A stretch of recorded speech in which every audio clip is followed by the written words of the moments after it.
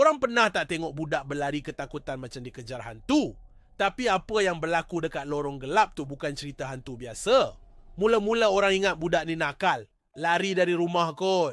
Tapi bila pihak polis semak rakaman CCTV, semua orang terdiam. Rupanya budak ni cuba selamatkan diri. Ada seorang lelaki bertopeng yang diam-diam mengekori dia dari belakang. Dan korang tahu apa yang lebih menakutkan? Lelaki tu rupanya sudah dikehendaki polis sebab kes culik kanak-kanak di tempat lain. Kalau budak ni tak ikut naluri dia untuk lari, kita tak tahu apa yang mungkin jadi.